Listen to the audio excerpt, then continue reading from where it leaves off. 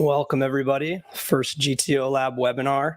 This is our trial run, and Daniel Dvoress, who did the commentary on the GGMillions yesterday, Dan's going to lead us here by driving us through 6, 8, some of the most interesting hands from yesterday. Yeah, and welcome Ben Heath as well to the team. I'll kind of be bombarding you with questions, and it's a little bit unfair because obviously I did the stream yesterday. I also had time to think about some of the hands, but we'll try and give you some difficult questions. I think as people are trickling in, we'll start off with a little bit of a tame spot, so to speak, which is this first hand here. So we'll see Dom open sevens. And I think this is a decision right away for 𝗚𝗚𝗃. Ben, what are your thoughts here? How are you playing your range? What is the minimum threshold for value 3-betting? What's going on here for you? So we have like 5 people around 25 bigs and then 2 clear chip leaders who are very close on like 65 to 70.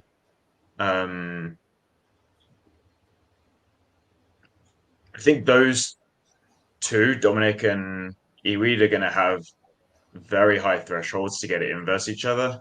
You're going to see mostly flatting from the in-position player when stacks are this close together. It's also not a spot, if you think even though Dominic's chip leader, he's still opening under the gun 7. So it's not going to be a spot where he's opening insanely wide.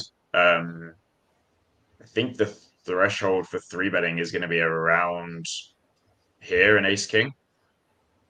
Yeah, that sounds about right to me. When I saw this hand, I was really curious to see what would unfold.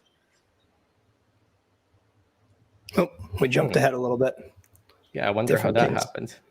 Different kings, that's trippy. All right. Not sure how that happened, but we are back to where we're supposed to be. So 𝗚𝗚𝗃 did decide to ultimately flat, which I actually really liked. I had the pleasure to think about the hand some more and to do some pre-flop lookups. It is kind of interesting. I was thinking about what if our opponent and I don't think Dom falls into this category, but what if we have an opponent that is, going to be very loose to call versus a 3-bet or loose to 4-bet? Does that widen our threshold a little bit? And I think it does to an extent, but we also have to remember that if we are going to be widening our thresholds, the opener is going to be widening their thresholds. We might be making a little bit more money, but really the people that are making the most money is everyone that's not involved in the hand. So I'll go through how I looked up the spot, how I study this spot, and then we'll also quiz Ben a little bit about post-flop stuff. And John, maybe you can have some input as well. Yeah. So the picture in my head with those two guys, the 2 chip leaders, is they're the politicians in the Roman Colosseum watching everyone else spill blood, and they've just decided to become the gladiators and just have a pissing match. Yeah, and everyone else would kind of be like, all right, let's see if I get a free pay jump. Yeah. Yeah, or get out of slavery. Yep. So look, in terms of looking the spot up, I don't think we need to necessarily find this exact sort of scenario. Really what I'm looking for is a similar sort of stack distribution, 2 chip leaders, and see what the thresholds are like here. So what I'll do is I'll just filter for, let's go 7 to 8 handed. We have an under the gun 7 open, and I'll just set up really loose parameters to start. I do want a pretty high table average, and we'll take a look at a couple of sims that I think are pretty similar to this spot. So this one immediately kind of looks similar enough. No one's really short. There's 2 big stacks in the 60s. And alongside, I'll also pull up, let's say, let's say this one. So under the gun 7, of course, we're 8-handed on the right. So similar-ish sort of opening ranges. They're not wildly different. Of course, a little bit tighter on the right. And I just want to look at the hijack response in both of these scenarios. So like Ben said, we see a bunch of flatting. There's a little bit of 3-betting with pocket pairs that aren't aces, but really this looks like we want to get stacks in with aces, and then we have bluffs, and ace king kind of gets in there as well.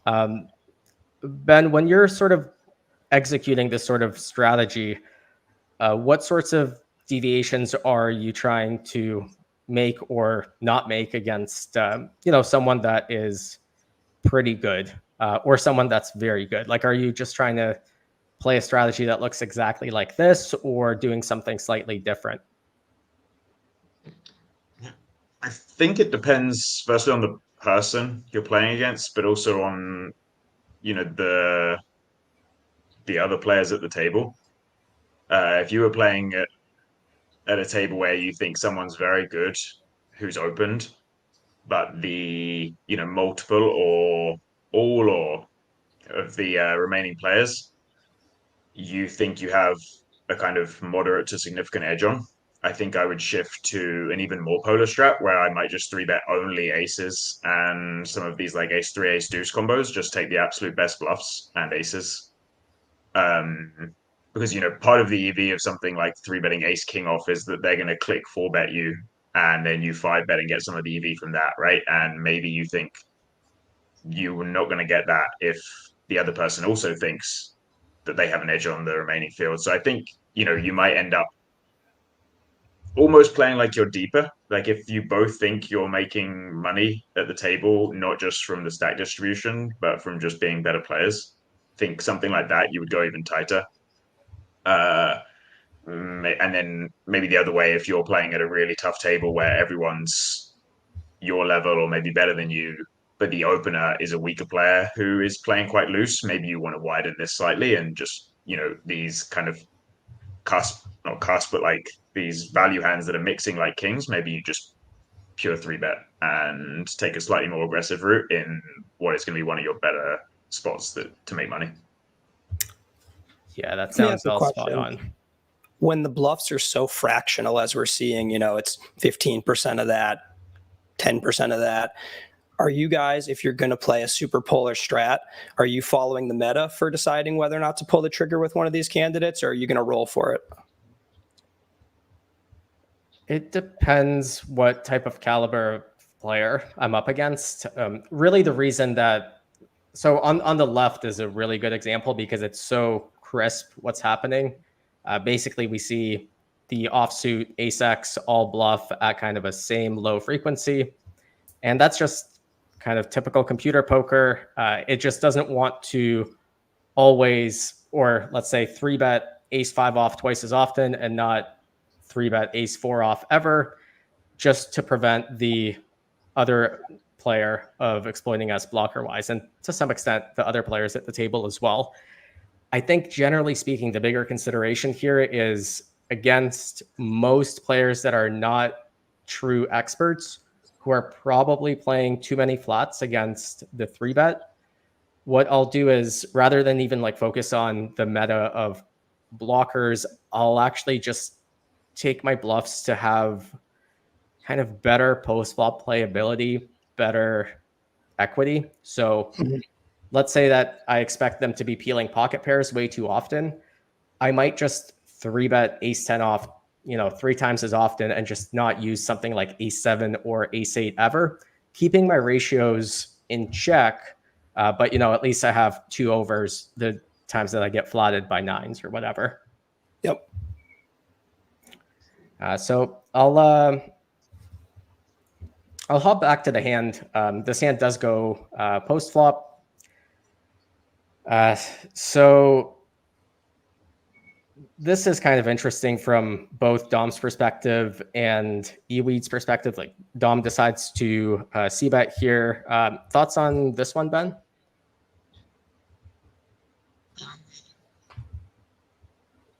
So I would imagine that this board plays mostly check.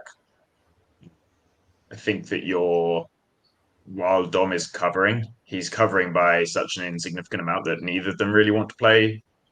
It's not like he is covering and can just put a ton of pressure on without thinking about it. If he gets stacked here, he's left with a few 100,000, is basically out.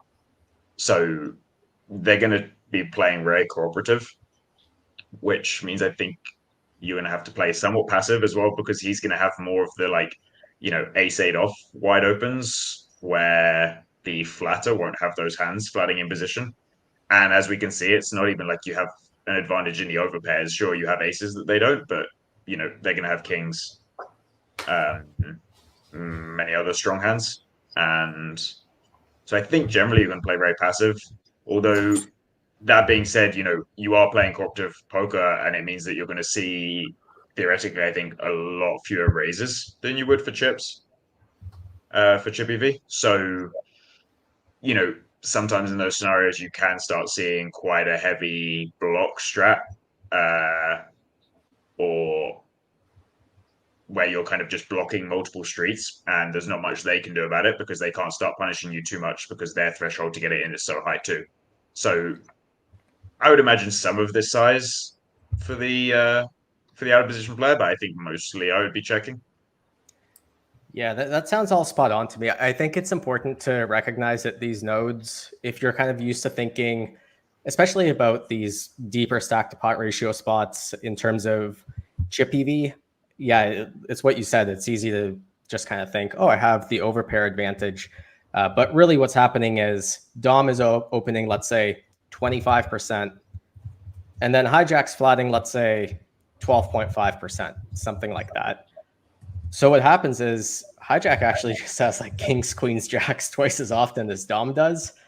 So even though we're the opener and the other guy is the flatter, it's not this classic spot where he's capped. So yeah, I would go pretty passive. But also if you're up against a player who knows to cooperate, yeah, blocking seems kind of okay. I think also like what you were saying of the 25 versus 12.5, I think when you're looking at two ranges that are similar in that they both have 9s and 6s in and neither will have deuces in, just having a range that's twice as big also means you're going to have sets twice as often, or yeah, the other way around. So the imposition player is going to have sets twice as often. Yeah. So I think that's a big part as well. Like, you both have 10s and kings fully in your range and not aces, but it's still a bigger part of the imposition range, as are 9s and 6s. Yeah. So I think you have to consider that as well. It's not just like, oh, I can have jacks and we can both have jacks, so that's equal. It's it's not equal as a percentage of your range. Yeah, exactly. Yeah, John, what were you going to ask? Sorry, I'm searching the emojis on YouTube. Okay.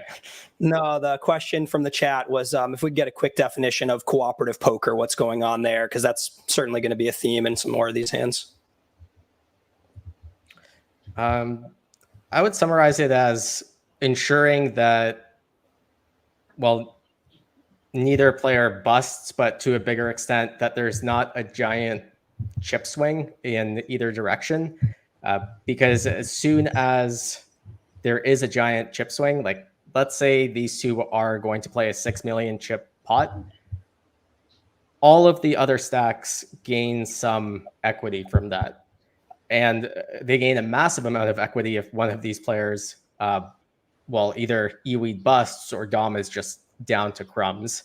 That's just a massive boost where you're guaranteed a ladder or more likely to ladder. So that's what we mean by cooperative poker, kind of together ensuring to keep pots small, being passive, or if not being passive, using significantly smaller bet sizes than you would for chips. Like for chips, you're looking to maximize the amount of money that your good hands make. And here you are not necessarily trying to do that. You're still trying to accumulate chips, but not losing a big amount of chips is much more important than winning a large amount of chips. I would just add as well that, it sounds, I guess, if you haven't heard the term before, it sounds kind of like you're choosing to do this, or, like, collusion is like on the other end where you're actively doing something that's not the correct strategy. It's not like you're saying to the other player, I'm going to cooperate with you. It's just you have such high thresholds for putting chips in the middle because losing chips is so costly that you end up both just playing very tight at every street. So like your raising thresholds on the flop are very tight. And then the other player is aware of that for the next street as well, that you have better hands left in your calling range than you would for 𝗙𝗶𝗃. So every street, it kind of filters down through the streets that you end up just both playing passive and have a lot of good hands left. Kind of how like 200 to 300 big blind 𝗙𝗶𝗃 poker plays in a lot of spots where you just need such a good hand to put your whole stack in that both of you just play passive down all the streets because you can kind of both have a good hand at every point. Yeah, chat is being like semi-snarky with the C word, saying, are these guys essentially colluding? And that's kind of what, yeah. Sure. The answer is no, because it just costs so much more to lose chips than to gain chips when you're already the chip leader, especially when it's a large amount of your stack and there's so many short to middle stacks, that it's more about being defensive rather than collusion is more, to talk openly about it, is you're stealing equity directly from other players in one way or another by, kind of an unfair advantage. And here, what you're really trying to do is by entering the spot together, you're in a spot where it is very easy to leak equity to other players, and you're trying together to kind of prevent that. Now, 𝗚𝗚𝗃 here does not cooperate with Dom and ends up raising. And this is like one of those spots where, would I do this with kings? Generally speaking, probably not. And I think that generally you shouldn't at equilibrium. However, if Dom's plan is to bet sevens very often, then this is just a slam dunk play. And it's kind of hard to know, where Dom's at. It just worries me if I'm 𝗚𝗚𝗃 and I don't find a king at some point. It's tough for me to script a run out where I'm trying to put the rest of the chips in. So aside from folding some ace-10 of clubs, I'm not sure how much we accomplish here. Maybe check turn and then reevaluate river. Yeah. I mean, seems more that I think you can still be in a scenario where you raise here, get called by, 3-9x and 10s through queens. You bet half pot on turn and don't even always get shoved on by sets because you're in such a polar line that they think you're going to like either have a set yourself or bluff river, and then you check river. And if you think they're playing this really high block strat on the flop, then you can go down that line and almost make it easier for yourself to play in terms of most of the time. That's how the line's going to go, right? You're going to raise call. He's going to play probably no 3-bets on the flop. You're going to bet half pot on turn. He's probably going to play very few check raises. And so I think you can go down that line. And like Dan said, I think it would be similar to what we saw pre-flop if you looked at post-flop, this would be like a fringe raise. And if you think someone's just overdoing the block, you can then just like overdo this yourself. There's one dangerous assumption to me there, which is that he is playing no 3-bets on flop, because if he takes 6s and 9s, goes for it, I guess he probably doesn't have 6-7 suited, but maybe an ace-9, king-9, ace-2 suited. If he ever clicks those back, I'm just in such a nightmare. Yeah, I mean, I think that is, I was putting that in kind of in the assumptions you would make. I think that people are playing low 3-bet, and you should, because kings shouldn't really be in the raise. So like, do you want to 3-bet 6s? I'm not sure if they're meant to be raising 9s and bluffs a lot, but yeah. Yeah, I think ultimately what you're trying to do is kind of ask yourself what really, like at this point early on, ask yourself, how much would I like to get in the middle with kings, like by the end of the hand on kind of an average run out, and at least have a ballpark for that. Now, if somehow you didn't 3-bet kings pre-flop for whatever reason for chip EV and you flatted here, the answer to that would be, I would like to get my whole stack in the middle. But here, I think the answer to that is closer to, maybe it's like 2 million or, maybe max 2.5 million. And then you're just trying to figure out like the most efficient way to do that while getting paid while you can, denying equity. And yeah, there's like all these variables. Like if you're never getting 3-bet, then maybe it is more efficient to get the raise in now, half pot the turn, get called by jacks, and then, they would have folded on versus a river bet if you took a more passive line on an earlier street. So yeah, those are kind of the things that you're juggling. So, is this the right play? I don't know. Do you ever notice that some of the things we say in ICM analysis are like the dumbest things said by the worst whale 15 years ago for chips? Yes. I feel like that all the time. I wonder if those guys are just the ICM crushers.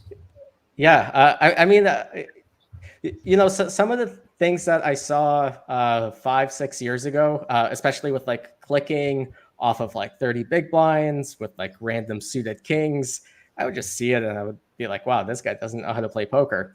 And then solvers come around and I see, hey, these are real plays. And it also just kind of makes me think about, the evolutionary aspect of poker, where if there's a bunch of people kind of trying different things, one of them is going to get it accidentally right, whether it be through kind of hard work and logic or just kind of being the guy that figured out that 3-betting king 4 suited is a good play. True. All right. So yeah, the Dom ends up folding here. I think this hand, it's a good lead in to what to me was kind of the most interesting hand, or at least the most lively hand at the final table, just in terms of money going in. And it's a good lead in to that because we've already talked about the pre-flop ranges. So let me just skip ahead to it a little bit. Not this aces and kings. This is a standard hand that just goes in. But this next hand where Dom opens ace 10 off, which, not much to say about that. E-weed flats, we already talked about the flat here and how, we're playing most of our range through flatting. Something we didn't touch on when we looked at the sims, but worth mentioning it.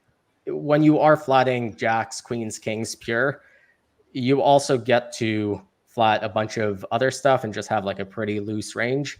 Not that queen jack suited is particularly loose, but even calling weaker suited broadways, even something like a king 9 suited here would not necessarily be out of the question.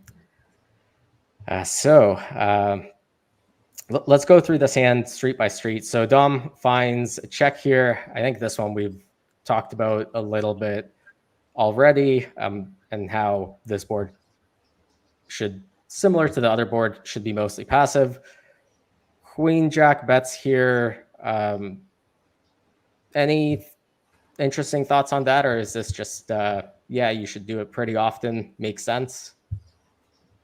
I would have guessed you kind of want to mix this somewhere between 60-40 in favor of bet. Seems like a pretty darn good board for a range. Yeah, and also I don't think we're getting check raised much by overpairs, right? No. Yeah, I think I think what Dan's saying, like when you're not getting check raised on these boards much at all, you get to just like stab quite liberally.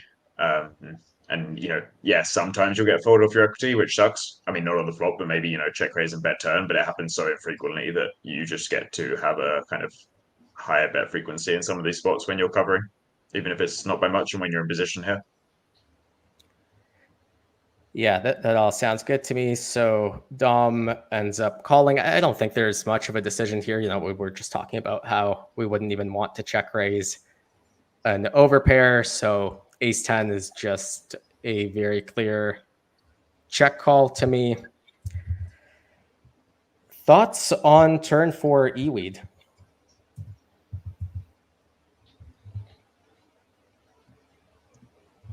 Definitely blocking some of the auto folds. We're expecting pretty pure check call, ace queen of hearts, ace jack of hearts on the flop. Gonna struggle on some of these rivers that we actually bink. Leaning towards check intuitively. Yeah, I think now the heart combos become like, I think the heart combos are pretty good ones to bet on the flop with just turns and rivers that go better for you, and now they just become the worst queen jack combo to bet. Like you said, yeah, I mean, you're also just betting blocking the like king queen king jack off. But yeah, all those the ace king, or sorry, ace queen ace jack of hearts. I would imagine you do a lot of checking too. I think you can have like some small amount of betting with this. I would lean mostly check too. Yeah, you never know kind of what the solver is necessarily going to say, because it obviously considers all the blocker dynamics. But like as a human trying to execute this sort of spot, you know, obviously having a diamond, great for betting turn. Like we're not talking about that. But for me, clearly, queen jack of clubs and queen jack of spades, which I will also have, is just going to generate more folds than queen jack of hearts. So given that I don't want to bet every queen jack here, it just makes sense to me to slot this one into my checking range and start betting the queen jack of spades, queen jack of clubs. Is it a big deal to bet here? No, you know, we're kind of, you know, we are splitting hairs to an extent, but it is important to think about precision in this way also. And this is where splitting hairs starts to matter, is like the size of this pot money wise. You know, when people lose their shit about whether to shove 15 bigs or 14 bigs in level 2 of a tournament, that I think is the useless splitting hairs. But small differences make like a big money difference at this point, especially with the two chip leaders clashing. Yeah, spot on. So I don't love the combo use from eweed here. I do love the sizing. I think he kind of nailed it. Would we ever want to go bigger here with flushes, Ben? Hey, intuitively, I would think that you have something like this size or maybe slightly bigger, like a B40, and then I'm not sure. I could see you having some small bigger bet where maybe 10 to 30% of your betting range total is the bigger size, which is just like a B70. But I think you're mostly in these sizes where the board's kind of locked. And as we spoke about before, you just needed such a good hand to get it in versus each other here. Uh, you're still looking to bet some kind of more linear hands. You're still going to have some like queens with a diamond that want to bet. You still have your sets.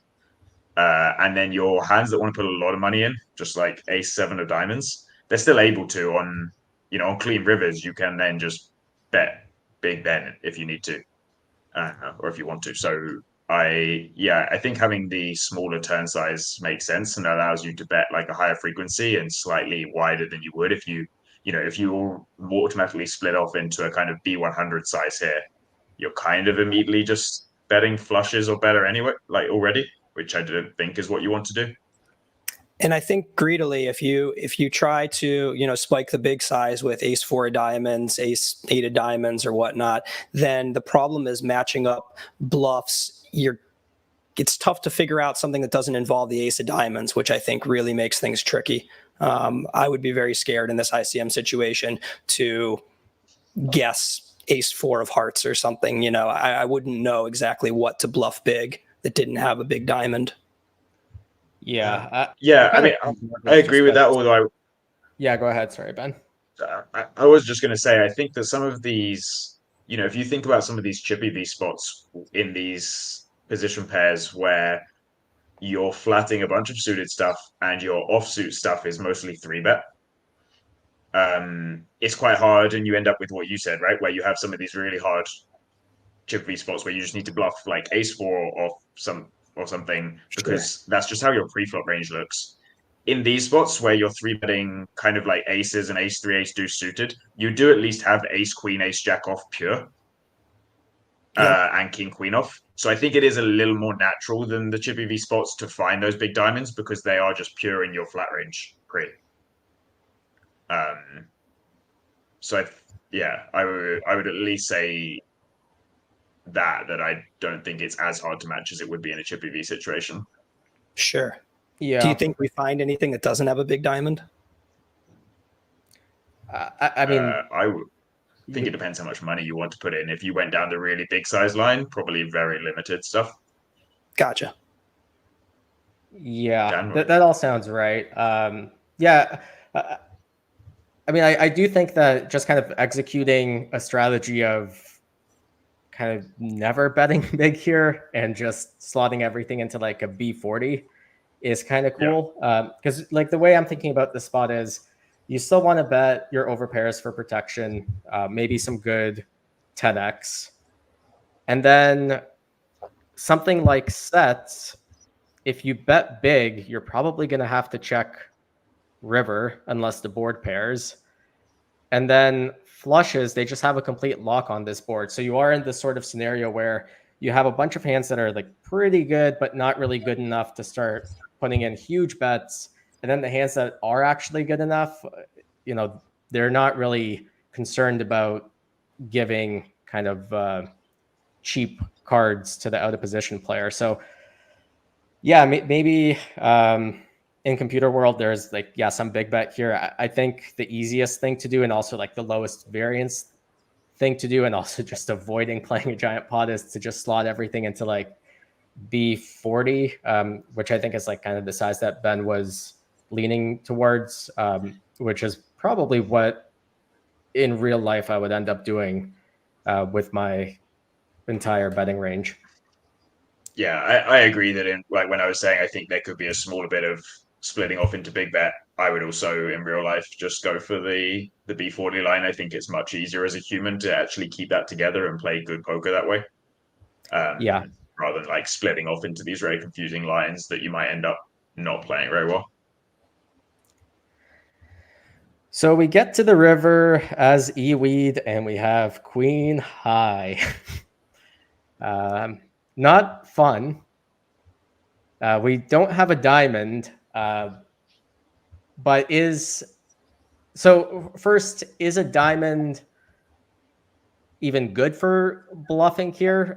Like certainly we block some flushes with a diamond, but let's say if we have something like king queen with a diamond, we also just block auto folds in the form of like ace king, ace queen with a diamond for out of position, which with the sizing progression that took place, Dom would still have all those hands. So are you looking for a diamond to bluff here? How many bet sizes are you playing? What's your biggest size? What are we doing with queen high here? Yeah, I mean, it's very complicated spot now. I would imagine that you play two sizes, or that is kind of a yeah, I think playing two sizes is fine. You're gonna have like a really big one, I think, for some of your nut flushes and some of your best bluffs, and then that can be maybe like B150. I wouldn't want to start making too big a size. I think if you look at having something like an all-in here, just because you have ace-3 of diamonds that's worth an all-in, you also have to then bluff for that size. And when you get called, you know, that goes really badly for your bluffs. I wouldn't necessarily have an all-in. I think you can just have like a 2.4 million or something, and then a 900k, and the 900k can be some smaller flushes, some small amount of nut flushes, and then your sets that I think you can still bet for that size. And maybe something just like ace-3 ace as three well that you backdoored into. Yeah. Not that it's Um, too common, but yeah, I think we do show up here with like an ace-3 of spades or something like that sometimes. I think So with bluffs, you still want mostly a diamond. Like you block some auto folds, but you do with hands like this as well. You know, where they're gonna have some just like queen 10 of spades or pocket queens, no diamond. There's just going to be an easy river fold for the big size, and they're going to have folds from coming from different parts of their range. Anyway, and like just blocking a flush that Dom should still have in this line. And if you're, especially if you're going in the big size, I just don't think I would want to put a hand like this in the really big size and think it's just important in that line to block a flush. Maybe you could look at putting this into like the B66 line. That was my thinking. Yeah. This was one of the few. I watched about a third of the stream yesterday. Dan, you were wonderful. And I thought B60, B75, or check with this hand. You want to play what he did? I was pretty surprised. I do, because he basically said, I don't care what Dan, John, and Ben say. I am going to win this pot, and the amount that I will bet to win this pot is approximately a number that, wait for it, is that quite big. So Dom it's folds big within like a second. So yeah, this is B200. So yeah, there's a lot to go through here. So yeah, first I agree with what both of you guys said. Do we want a diamond? I think yes. Generally we're trying to match our value, especially for the bigger size. We absolutely need a diamond. Slotting this, what's essentially the nut low for us in this line, because like, sure, maybe we'll have like an 8-7, 7-6 suited pre-flop sometimes, although that's a stretch, but essentially this is like the nut low. Kind of putting that into the small bet size, sure. 2x potting it seems a little ambitious. Dom just auto folds. Yeah, thoughts on that? I know that personally, I like it for myself, because as soon as I say, well, give it at least 10 seconds and think about it, eventually the chips make their way in way more often than the brain ever intended. So I've been guilty of this. Also been guilty of then thinking about it after and saying, what the fuck? Like, maybe that was a call. Yeah, I don't think with a 13.5-minute chess clock that he should ever do this unless he's got that impulse control problem that I do. Yeah, that's I remember this was years ago, like, I don't know, more than 5 years ago. I was playing with Isildur for the first time. This might have been like 10 years ago. And I was kind of asking Ike, like, hey, he's playing so fast. Like, what's that about? And Ike's like, yeah, he plays fast because he thinks that if he doesn't make his decisions fast enough, then it's like he's not trusting his intuition, and his intuition is right, and he doesn't want to overthink. So to that end, I had Isildur taking a very long amount of time for him at my table. 10K 6 max, one of the last WSOP events, we're on the stone bubble, and he 6-bet ripped Jack 7 off for 110 bigs, sucked out on the guy bases, and my short stack made it into the money. Okay, yeah. So yeah, Dom, if you're watching, we suspect you have discipline problems, and that's why you folded so quickly. But I do think it's we shouldn't really consider in Dom's shoes ever bluff catching this without a diamond in our hand. I mean, it's 2x pot, right? Like, just wait for ace 10 with a diamond or an overpair with a diamond or something, right? It brings to me, like, what I really disliked when I saw this was, if you're going to get that greedy without the ace of diamonds in your hand, Dom just has like ace king, ace of diamonds so often here.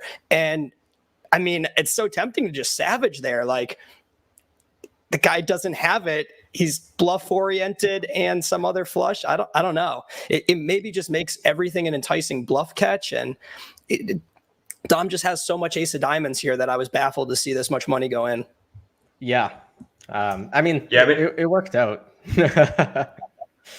I would say as well, I think, in some of these spots, it's tempting. Like you get to the river and you're not going to win if you check back, but you don't have to bluff everything. Like you B40 turn, you still have hands like King 10, some Queens, Jacks, and pretty much none of your bluffs got down the river apart from some fringe A3, Ace 3 you have for this line.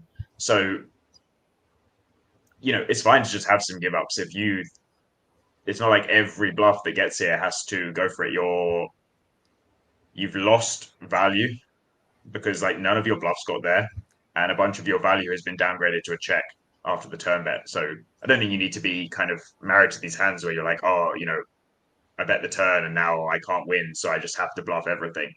It's fine to just bet turn, but like Gladiator. be 33 and then get some folds on the turn, and then this isn't a good one to bluff. It's fine. I hope 𝗚𝗚𝗠𝗶𝗹𝗶 is watching this and screaming at his screen about what pussies we are. I mean, to be we fair, are kind of pussies, but yeah. yeah, I mean, if you think, if maybe the like B33 on the turn or B30, if you think that people are going to get greedy and check raise flushes on the turn a lot Yep. versus the B33 because it looks like you're going to check back rivers a lot and they're going to snap fold things that aren't a flush on the river, like. Yeah, no, I know a lot of guys who are in cash games where on the turn, as soon as they don't get check raised, everything was a value bet because they're going to take the pot on the river no matter what. Yeah. I don't think Dom is one of those guys you can do that to. And Yeah. I feel like Dom is not one of those guys you can do that to. But yeah. All right, let's take a look at some interesting pre-flop decisions and decompress from that ride of a hand. We'll do a couple of more big post-flop spots as well. But let's go to what I think, a few years ago might have been considered a little bit of an unorthodox sort of hand, and not so nowadays, perhaps. Let me get to it. So it's this King Queen versus 10's hand. David opens. There's not much to discuss there. I think Alex has an interesting decision. So a few questions I'm asking myself and you guys here first. Are we playing any jams?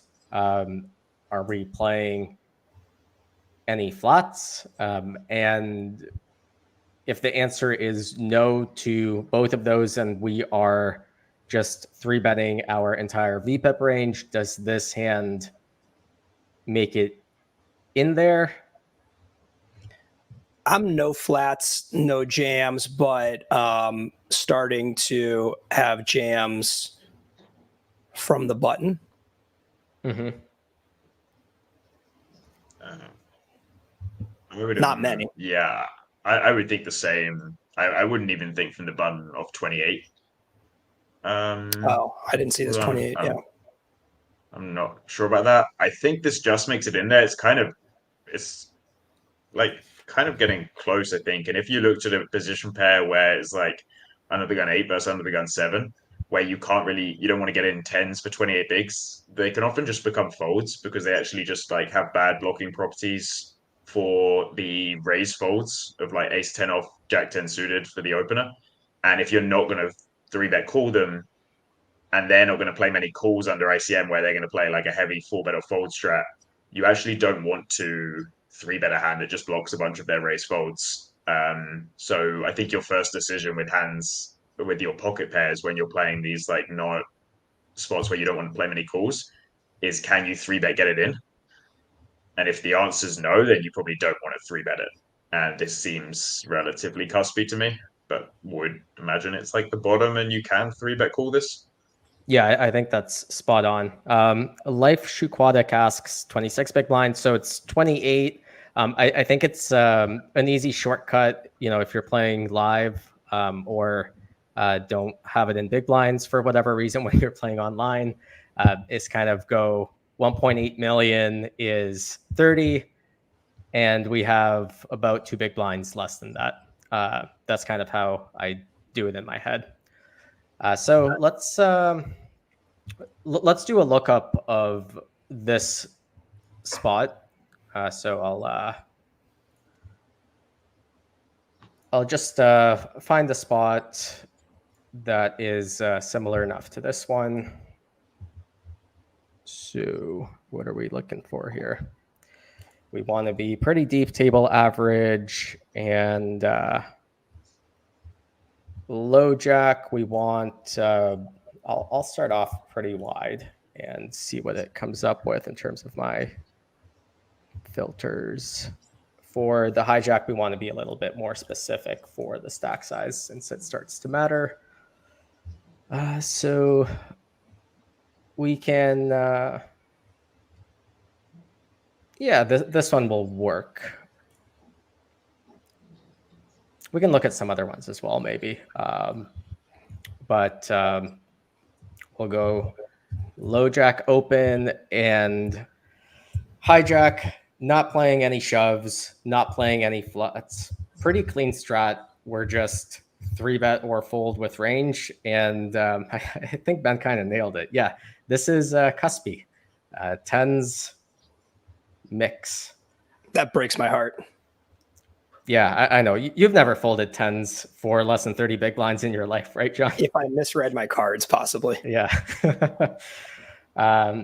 So, yeah, let's. I would say, I guess, what one note for this compared to the spot we saw was that in the actual spot, the chip leader was in the small blind, I believe. Yeah. Here they're in the big blind, so I think it's like a spot where low jack would be opening slightly wider when the chip leader's in the small blind as opposed to the big blind.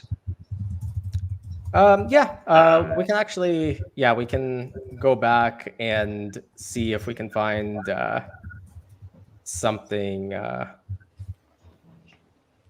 where low jack would be a little bit wider.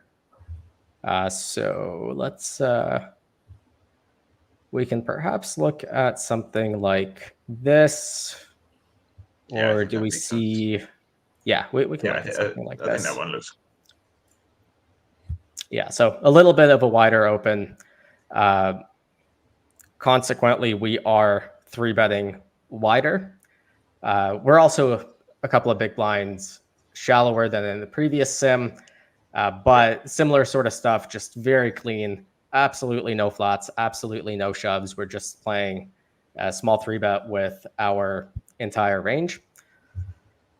So I think we can come back to this sim if we want. I'll go back to the hand. It's not just what should Alex do sort of question. It's also what should David do sort of question. I think Alex ended up doing what he's supposed to do, or what I would have done, which is 3-bet. Even if I thought it was kind of cuspy and fringy, in my experience, David's pretty aggressive, pretty in there, and I'd feel pretty good about 3-bet calling off with pocket tens against him. So even if I thought this was like a cuspy sort of situation where maybe tens are mixing, I'd kind of trust David to A, open wide enough, B, find the shoves. So now that it's back on David, how are we responding to what's essentially a very linear 3-bet from Alex? I guess one of my first questions is, does Alex ever 3-bet fold ace queen O?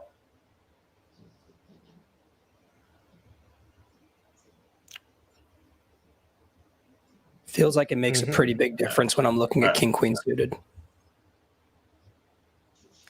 Yeah. I'll try and answer that without looking at the sim, which I still have in front of me.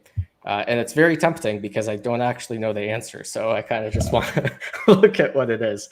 I would think that ace queen off is a 3-bet fold, but I might kind of eat my words. I would imagine it is too, but I'm gonna pause with a quick coaching tip. I mean, To what Dan said, that the temptation to look it up immediately. I have a student that I was laying out a battle plan for him today, and part of it was exactly this. Every week, watch the GGMillions, and then take 5 spots and look them up in the GTO Lab final table solution. Plug. But the idea being, make your decisions before looking anything else up. Anything that you think is suspect, pause, write down what you think you would do. It's so tempting to watch the pro make his move first or to see what the solution does, and you never really get in touch with what your biases are.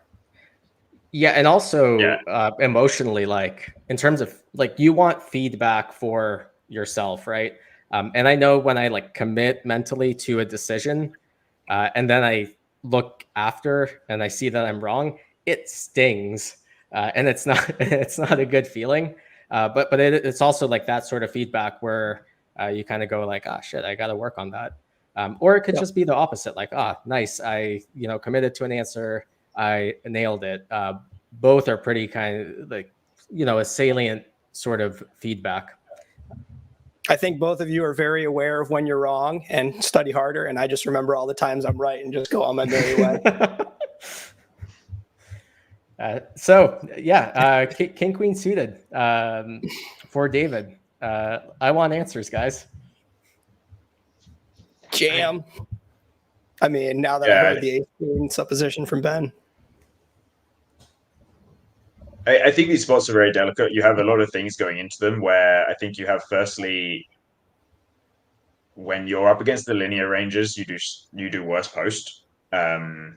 It's harder to play against a range that has ace queen, ace jack as its bluffs, rather than a range from like the big blind or from a button chip leader that has ace 4 as its bluffs. Then you have kind of the difference in stacks between the two of you. So if David has 8 million and Alex has 1.6, post flop is going to be better for David, where he's just going to realize his equity better, as he doesn't have as much pressure on him and Alex has more.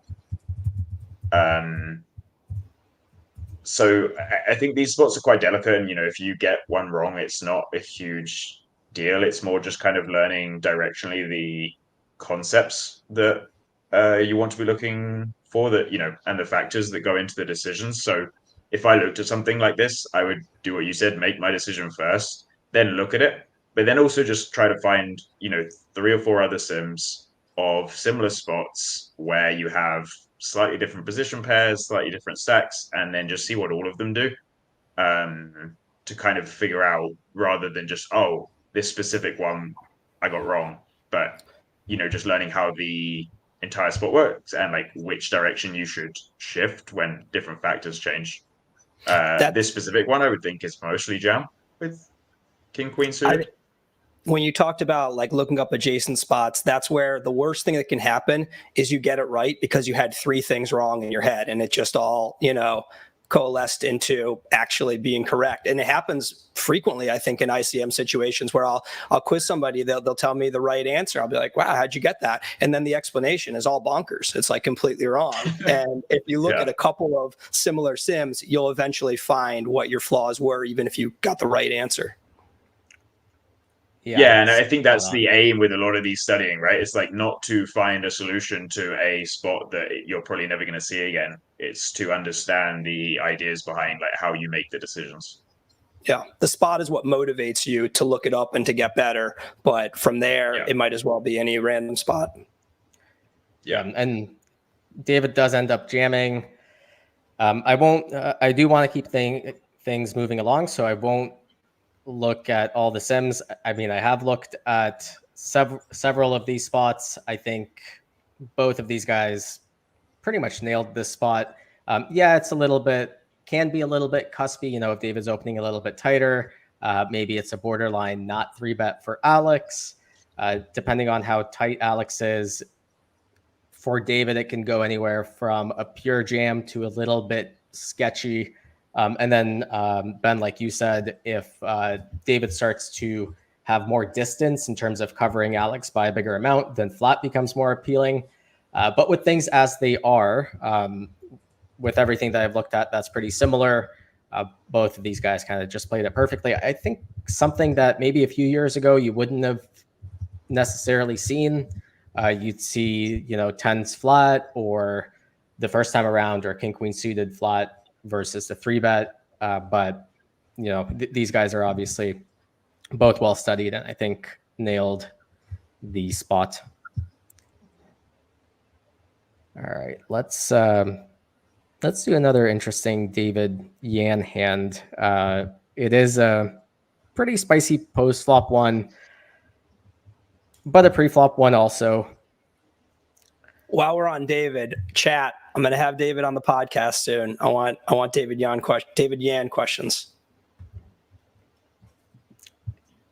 I have a David Yan question. How does he have such luxurious hair? Him and Ben have the best hair in the, like, Ben never lets it down. He did once. No, he did once, and it distracted me, man. It was not fair. Thanks, guys. The two of you should do a shampoo commercial. All right, so standard open from David for 𝗚𝗚𝗃. I think clearly with a little bit over 30 big blinds, past the threshold of being good enough to 3-bet get it in. So what I'm thinking about here is sizing. Any sort of guidelines with how big do I want to make it, kind of like rule of thumb? Big. I think rule of thumb is quite hard when there's so many factors, but yeah, I would be aiming for kind of, in a lot of these spots, definitely sub 2 SBR post. Let me clarify the question, because I asked it poorly. In a situation where you have 30 to 35 big blinds and the opener covers you by 2x, and you are in this situation where there are a couple of guys shorter, a couple of guys around the same sort of stack. So the sort of scenario where there's quite a high risk premium and you have 30 to 35 big blinds. Yeah, I think in that case, kind of following on from what I said in the previous spot, that it's easier to play against polar ranges. You're going to be using a bigger size and kind of trying to deter them from playing a very large calling strategy. And you will be 3-betting a very polar range from the big blind, because a lot of your option, you also just have the option to defend. So you'll be taking more of the ace-4 offs to bluff, and then very strong, your absolute strongest hand to 3-bet, and just using a fairly big size. Even here off 33, I think you can see as big as 8.5, 9 bigs, somewhere between 7 and 9 kind of area. Okay, yeah, that's where I'm at as well. Again, I've had a lot more time to think about this stuff, and you guys are nailing it. I'll kind of do a quick lookup just to, again, not to look up this exact spot, but really what I'm trying to do is kind of answer this sort of question that I asked Ben kind of the second time around. What if we are in this scenario where, we have 30 to 35 big blinds in the big, we're up against a low jack opener who has over 60, and we want the button to be quite deep as well, just to narrow down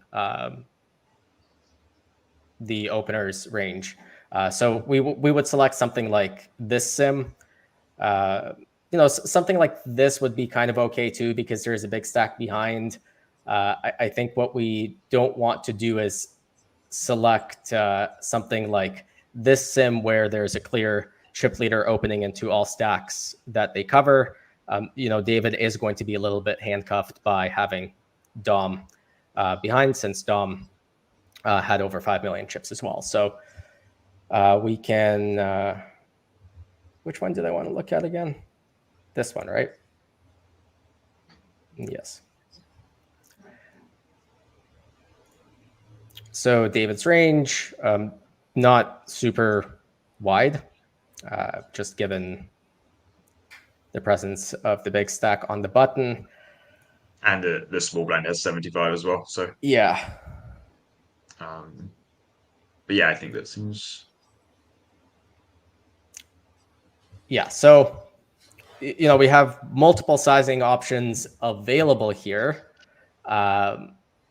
But the one that is really used the most often and not fringy is 9.5. 6.5 very rarely used. 13.5 too big.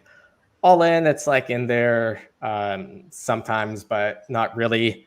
Most of the volume is going to be around this sort of 9-ish big blind. As far as the most frequent offsuit bluff, wow, Ben, ace 4 off. I think you set that exact combo. So again, not this isn't the exact spot. There's some other sims that you could look at, but these are the ways that I try to answer these questions. What size do I use here? I might look at several of these scenarios where I have 30 to 35 big blinds in the big versus someone 60 or above as an opener. I might also play around with the opener position a little bit, play around with the stacks a little bit, see how that changes. But yeah, we want to go big here.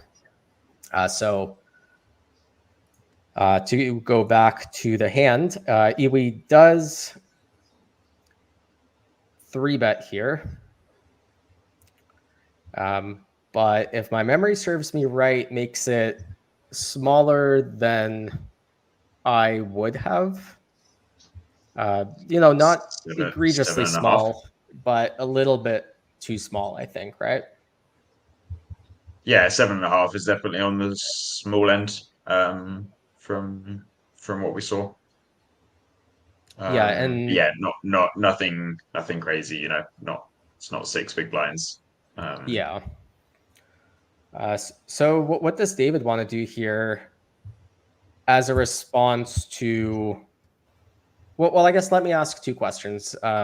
First, what do we want to do if we are in this sort of magical world where we assume our opponent is like fairly balanced, but always using this size? And then do we want to do anything different if we are up against an opponent that we suspect is using multiple sizes, but happened to make it this size this time? Yeah, if we think it's a bigger size that they often use and that this is their cheat size, I want to look back at the history and say, are they more likely based on previous play to cheat low with their bluffs or to cheat low with pocket aces? I would assume we can kind of cross pocket queens off for cheat low. That wouldn't make as much sense. Ace king O wouldn't make as much sense. So if we think they're playing 2 sizes, we treat this a little more polar. And then I kind of look back and I say, was there any fuckery in this guy's game? And if so, I just massively weight him towards having a bluff if he cheats low. Yeah, you bring up a really interesting point where there's kind of when you're studying, especially if you're playing the same players over and over, or now that 𝗚𝗚𝗃 is coming up, oftentimes you'll beg for the final table and you'll play it the next day and you'll be able to study your opponent. So you might actually see some hands that went to showdown. There are seeing this hand is actually, to me, a really big indication to what you said, or what you kind of indirectly touched on, where seeing this hand as part of this bet size kind of makes me think that this is just someone where this is the size that they play in this sort of spot.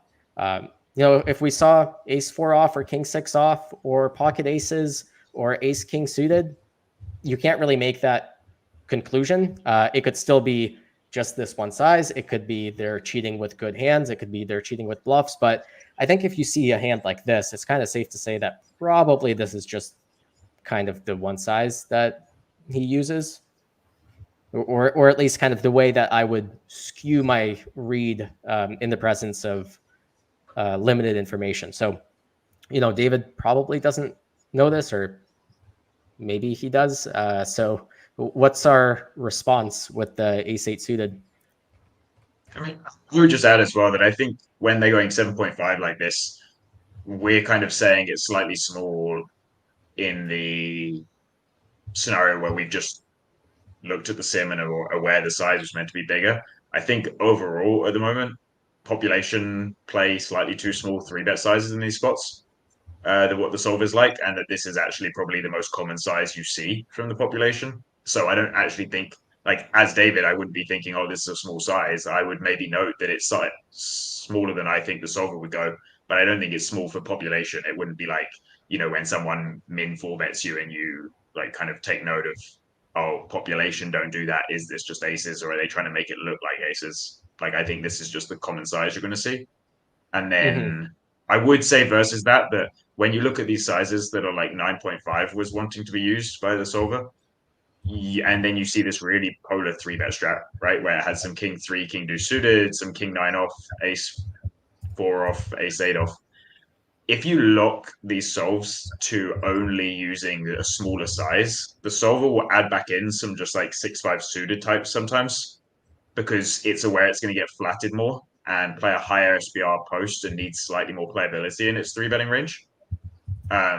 So if someone's not doing that, if they're taking the really polar response, the really polar 3-bet, but still keeping the really polar combo use with the smaller size, you do get to flat a little wider because they won't have the playability post for the deeper SBR. This ace-8 seems quite cuspy. I think that, again, like, compared to the hand earlier where we saw the king-queen suited against tens, where you're not doing very well with a lot of these hands facing a 3-bet that's using kind of tens very linearly, ace-queen off and ace-jack off as the bluffs, you don't do very well flatting against those ranges. But ranges like this that have ace, ace deuce through ace-8 off in there a lot, suddenly ace-8 suited does a bit better. It's playing a lot better against those bluffs, obviously, and you're not dominated by stuff like ace jack that was just defending the big blind. Right. It's so close to me. I like ace 9 suited for the reasons you mentioned, but maybe he's 3-bet bluffing ace 9-0, and then it's just tragic. Yeah.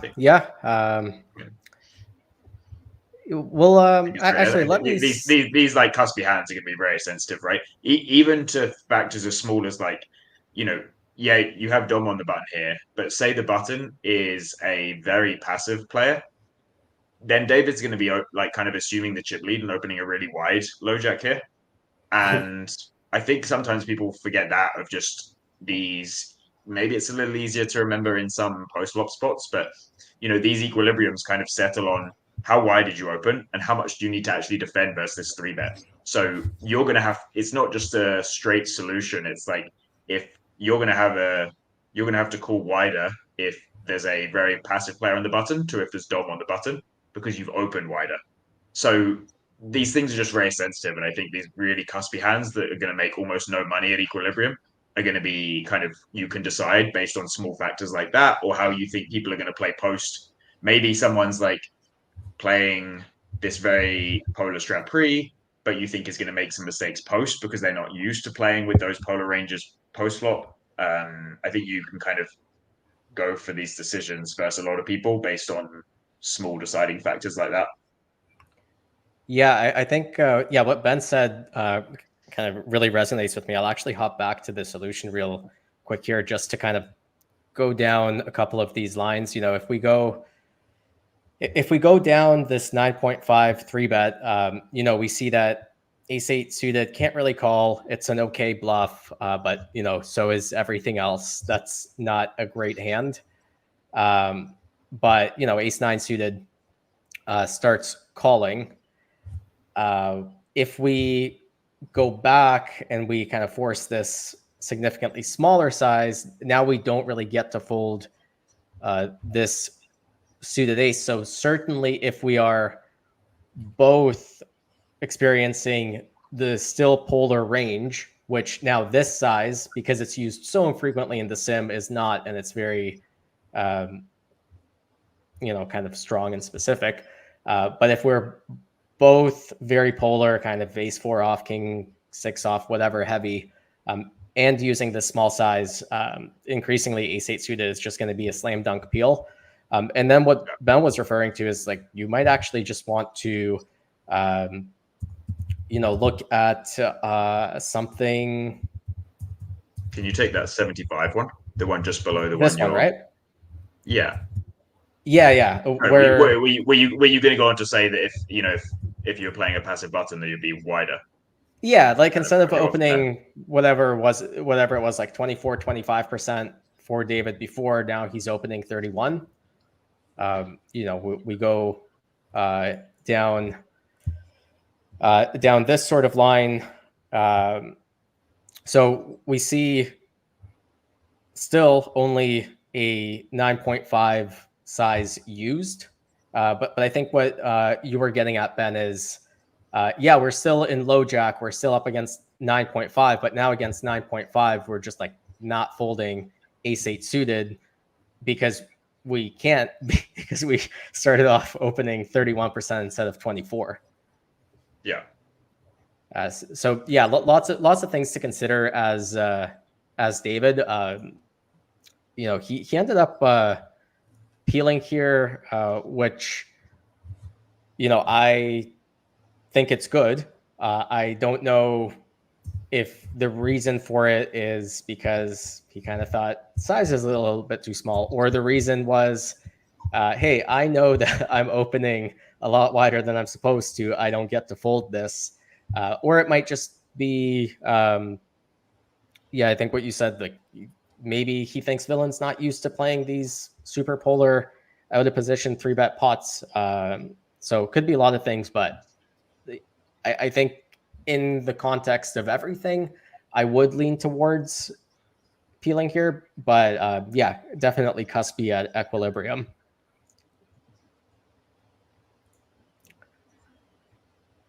So now, how do we proceed as the 3-better in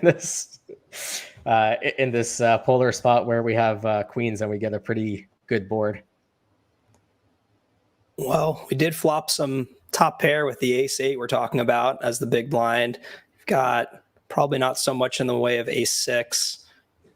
Not too many. Just to avoid confusion, John is not confused. He is saying that we would have 3-bet ace-8 a lot from the big blind and would have actually hit the board. Just to be clear, Dan means not confused in this spot, not generally not confused. Right. Yeah, I mean, I when in doubt, spilling out a small bet. Yeah. David's got more of the Jack 10 of diamonds type stuff that I'm just happy to clear out with some ace 4-0. Yeah, he's also just not going to be, he might be trapping something like exactly aces, but I don't think other overpairs really trap very much. Right? Yeah, I would kings, wonder if queens. we check if David just plays a lot of check back with 9s, 10s, jacks, simply because they're not really getting too much value outside of the ace-8.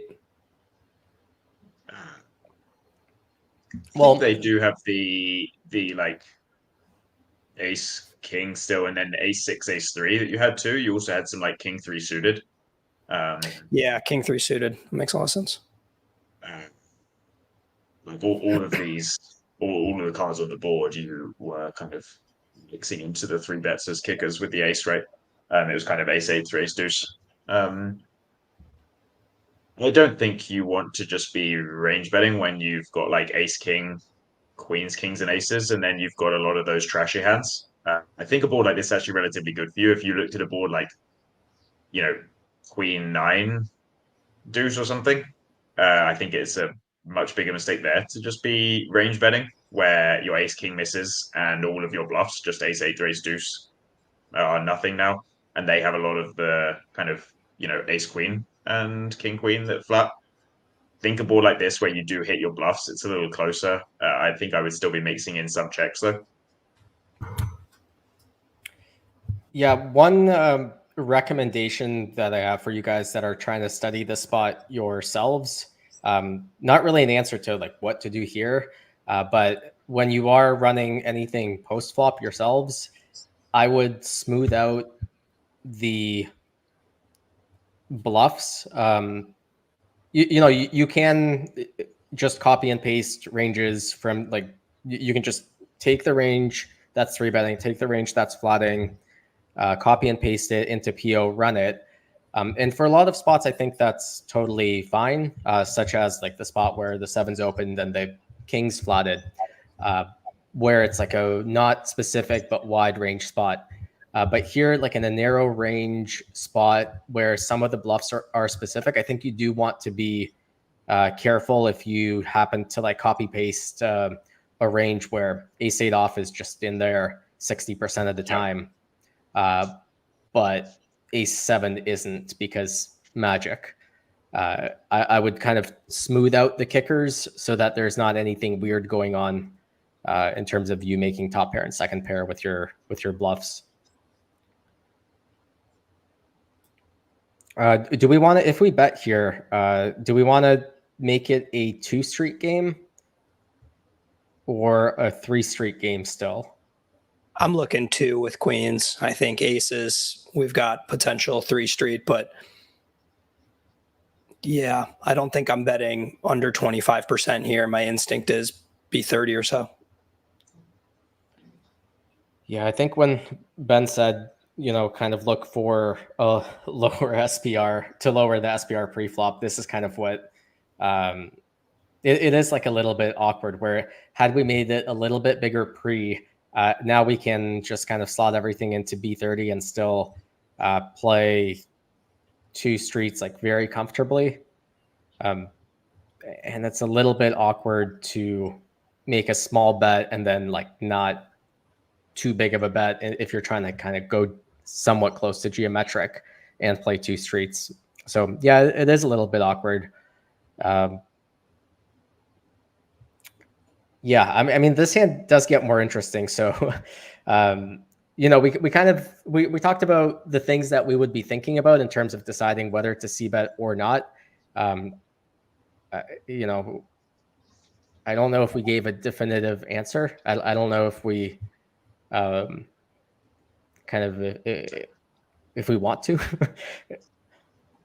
I think I mean, yeah, I think it's really hard to give a definitive answer on these things, and they're so sensitive to the exact pre-flop situations and just stuff like you were saying about smoothing out pre, but also the exact distribution. I think I would just mix here. I think that specifically with your hand, with this hand, like queen of clubs, queen of hearts, blocking the front door flushes, but also blocking backdoor floats like king, queen of hearts, ace, queen of hearts. You do get slightly less value in the bet line than if you have just like queen of diamonds, queen of spades, and you play slightly better in the check lines because on like clubs you're happier putting money in. So I would just be mixing in some checks here and then some like B40 or B45 or something. Yeah, in terms of like a definitive answer on frequencies, it's, you know, kind of anyone's guess. The definitive answer is you should bet sometimes. Yeah.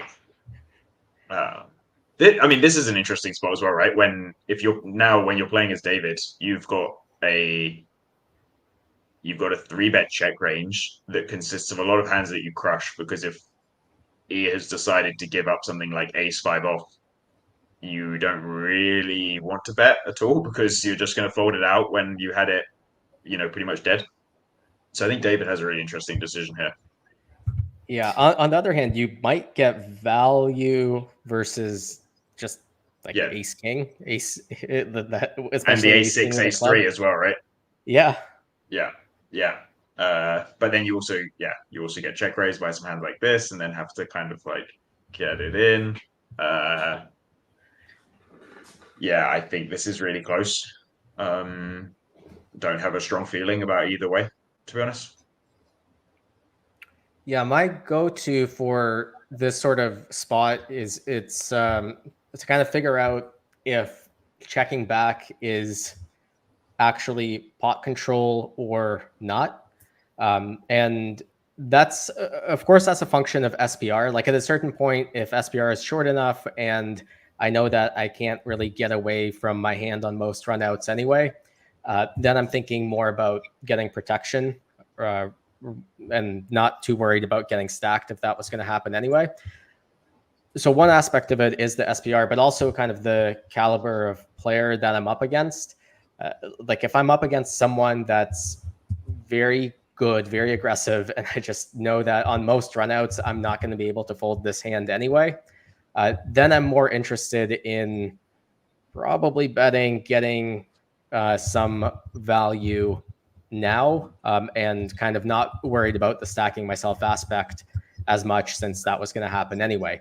If this is a player in the big blind that I'm quite happy to potentially make some hero folds against, and it's not that much of a stretch to say that against a lot of players, like if I check back here and the turn's a king, and even if they like B30, I might just be thinking about, hey, I'm going to fold this one, just because of how I think their real range is composed.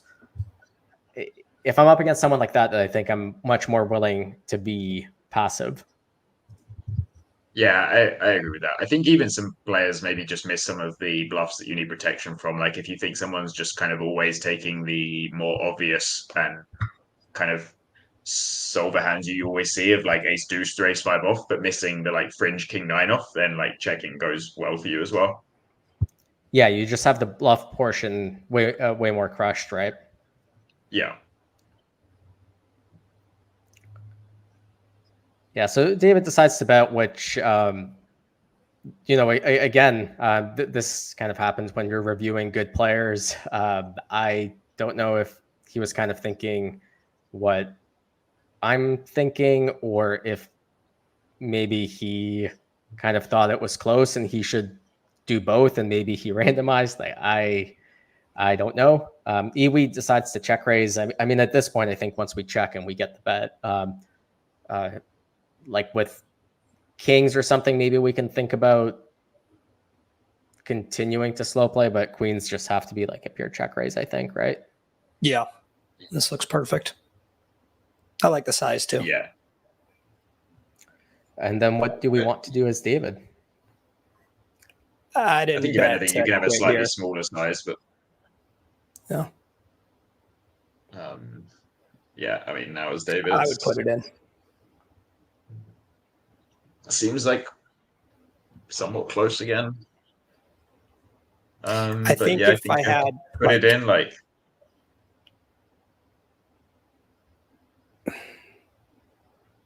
yeah, I mean, more than anything, we're not really thinking combos at this point. We're just thinking this is a savage move that many people are not capable of ever having a bluff.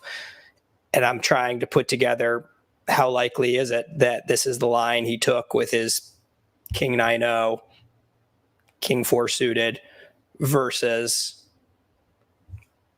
he's capable of checking something that's not aces, kings, queens on the flop. yeah, if he's just gonna take some like ace king with a king of clubs and just run it against you, and like, yeah, I mean, it's really horrible. Like with the ace and the backdoor flush draw, it's like really hard to want to fold versus people who are capable and aggressive. A lot of people, I would think, are not, is at least kind of as it pertains to this exact spot. It's really hard to.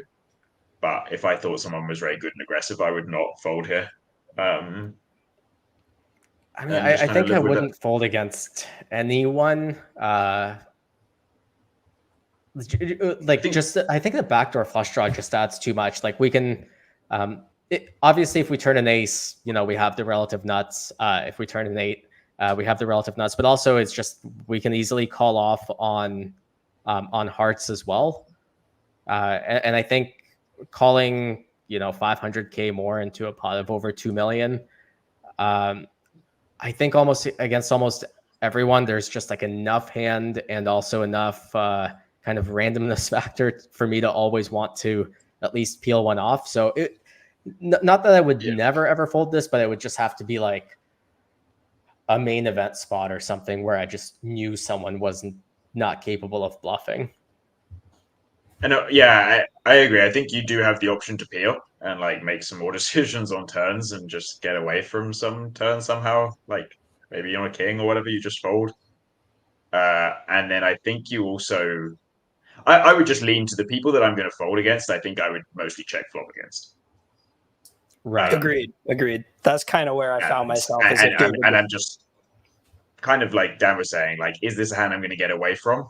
That was how I made my decision to bet. Once I bet, I'm not just going to go into like hero folding some insanely good hand that I value bet.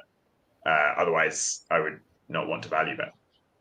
Yeah, that's something you see for chips all the time. With, I mean, it happens with ICM too. If you're playing against players that you don't have full respect for, and you don't want to call off after 3-betting jacks, cut off against hijack for 42 blinds, then probably just flat the jacks in the first place. Yeah. Right. Yeah. Yeah. So, I mean, ultimately, David here decides to stick it in, which, yeah, I mean, can't blame him. Like, for me, I don't know what I want to do here. It's definitely, I'm not folding. It's gross, but I'm either calling or sticking it in. John, I think you just want to stick it in, right? I mean, on second thought, when I heard you talking again, I thought about, because I did see this hand and just thought, oh yeah, shove. But I think I like call. And call because of the backdoor flush draw? Yeah. Yeah. I think call's pretty reasonable, but yeah, I'm not folding really, but maybe like on a king. I don't know, probably not. I mean, there is also some magic that can happen where you don't stack yourself against specifically like queens and jacks on some turns, right? Like it's not impossible that the turn's a king and then you check down against this exact hand. That's true. Yeah. And that's kind of nice. Yeah, those sorts of things happen in ICM a lot more, where you don't have to dig your grave so early. You can maybe wait a street. Yeah. You would note as well, just as like what we're saying about player types, is that this was the player from, like, we haven't seen that many hands, but I don't know how long David played in the run up to the final table with this player, and this was the player from the Queen Jack of Hearts hand, right? I'm looking at the stack. You probably acquired that ammo in this pot.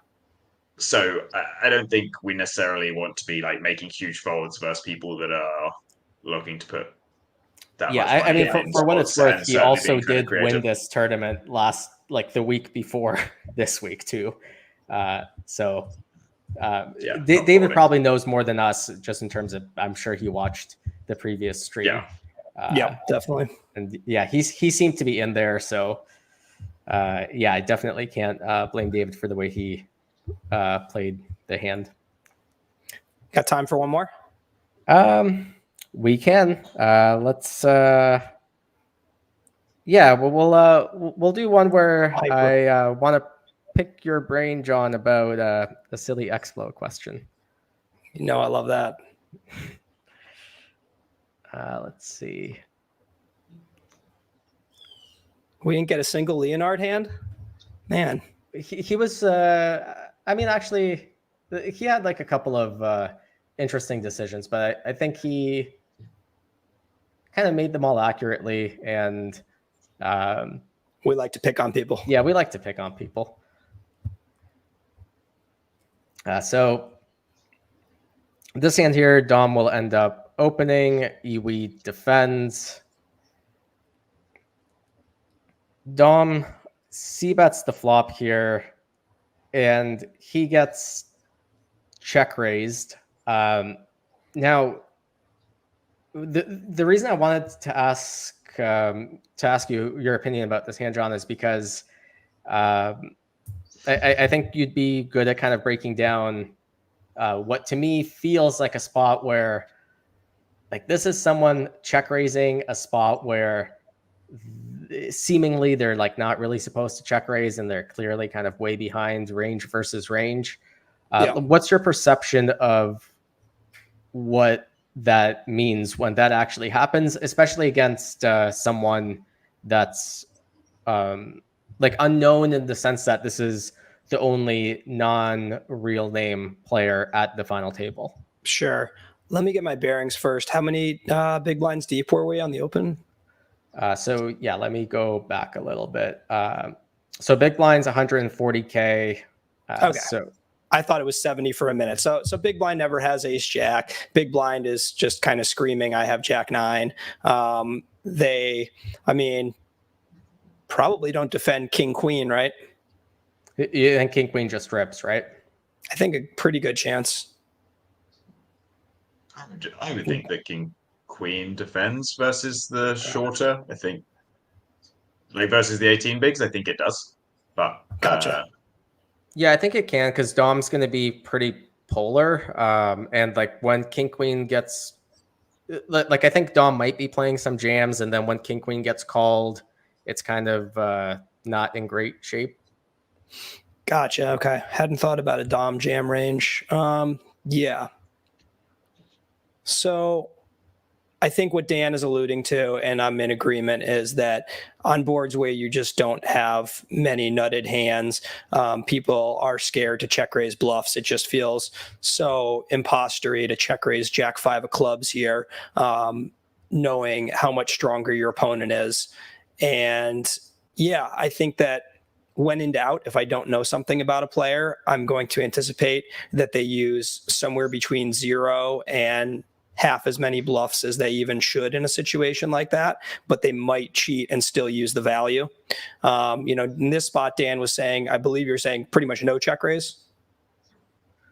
I mean, I think the way these low SPR spots work at equilibrium is actually quite finicky and tricky, like especially if this is a spot where Dom's going to be c-betting kind of always. There's actually no reason to not just take King X and start check raising it, especially Fair. if stacks are going to go in.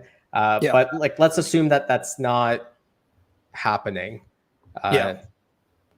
So Dom has, even if we think 𝗚𝗚𝗃 is kind of nutted here, Dom is just going to be flooded with one. He's got ace jack. Debatable. You don't think he shoves ace jack on the button, do you? Well, certainly not ace jack suited. I think it's possible he jams ace jack off. Okay. So maybe queen jacks, maybe some 10 jacks, some king jacks. He's got hands that are going to proceed better than his king 9. I think he would have ace jack off when he's the shortest. Okay. Because he just wants to induce, right? Yeah. He's shortest by quite a lot. I would think you really want ace. You really want just like the ace deuce off to shove from the big blind. I think if there were like a 6 big blind stack, you would just open jam it. But I think when you're the shortest by quite a way, you just want to raise call it off, especially when you're like can double up into almost the chip lead. Mm-hmm. What we're getting at is that this is a pretty heroic call versus a check raise. You're going to have a lot to call with here, even if we don't necessarily put 𝗚𝗚𝗃 as extremely value heavy for the aforementioned reasons. It's still pretty heroic. You can see folding this for chips, let alone at a final table. I think this is a really ballsy call. If I assume that's what happens, Dom calls. Yeah, Dom does call. And then he gets jammed on, which, on the flop, it's kind of, he might be messing around, but then like on the turn. So he calls it off here. He does call it off. Yeah. I think flop is really tough to fold. Like even if you think people under bluffing, I think it's like off 40, you still have the gut shot. And people can just be, like I agree that these spots are under bluffed, but they can have them. Well, once you get here, like you need them to have kind of like the Jack 5 of diamonds. Like, are they just going to run it with Jack 5 of clubs now when you've called? And now this is like not a fun spot. And I think I would just like, this seems like a fold to me. Yeah. He's Russell Crowe. I don't put him down. Yeah. I mean, I'm, for the flop, like while this is kind of, I think, John, you're just more kind of by default exploitative than I am, where on the flop, you're immediately like, this guy's under bluffing. Like I just, immediately you want to fold. For me, it's like, I'm looking at the flop and it's like, okay, I mean, yeah, this doesn't feel great, but I still have a gutter, I can make better 2-pair against like Queen 10. I can chop against Jack 9. This guy might be messing around. I'm sticking around for a small check raise, similar to If I how saw like 500, I'd feel that way. Like sometimes somebody just clicks a button, but the 6 is pretty serious. Like sometimes people just click a button, say, "Oh, I get everything that's not a king to fold, whatever, blah blah blah," and just kind of move on. They just kind of do the old math bluff. Well, if I put in 500, it only needs to work this much. But I don't think it's going to be 605 as much. I think one of the good things that can happen as well that is, like, Dan said, yeah, you could hit the jack against king 10, queen 10, but I think one of the good things that can also happen that maybe people forget about is you can just like turn an ace and bluff. It's like pretty hard to have bluffs on the ace turn. They're going to have king 10, queen 10 a lot, and it's really hard for you to have bluffs in the bet call line on the ace turn. That's true. I think that's something that can go really well for you, where this will be your bluff. Obviously, you have the option of maybe something just like king 7 of diamonds instead. If you think he's going to bluff, maybe some even just like 9 deuce of clubs, like if you think someone's really going after it. But I would agree with Dan that I would be like already hating it, not quite wanting to fold flop already, and then turn would just not be. Yeah, you're praying for one of the few combos and for them to be thinking exactly that train of thought in the first place on the flop. Yeah, and you're just so crushed when you're wrong. And it's not like you're getting that good of a price. Yeah. That's the thing. Risk premium, it's like worse than 2-1, or maybe about 2-1. It's just a way worse situation in every way now, right? It's like you didn't improve to a straight, you didn't improve to pair, the ace didn't come, and now instead of them being R40 and you getting great odds, they've suddenly shoved for close to pot. Right. Like pretty much everything that went wrong has gone wrong. So and we were already feeling like not great about the spot to begin with on the flop, but we were like, okay, I'm not quite ready to fold. But I think that's a good way to look at it. Like, okay, it was already kind of dicey. We were hoping for the best. The worst has happened in every way. Maybe now's the time to let it go. And on that note, the word has come from up high. If you enjoyed the content, please click like. Yes, I hate myself for asking that. And Leonard, if you want us to analyze some of your hands next time, you should make calls like this. He did. I got a full 𝗨𝗏 solution in my WhatsApp. Leonard is the best. I've got a full layout of everything he played. All right. Thanks so much for tuning in, everyone. Yeah, thanks.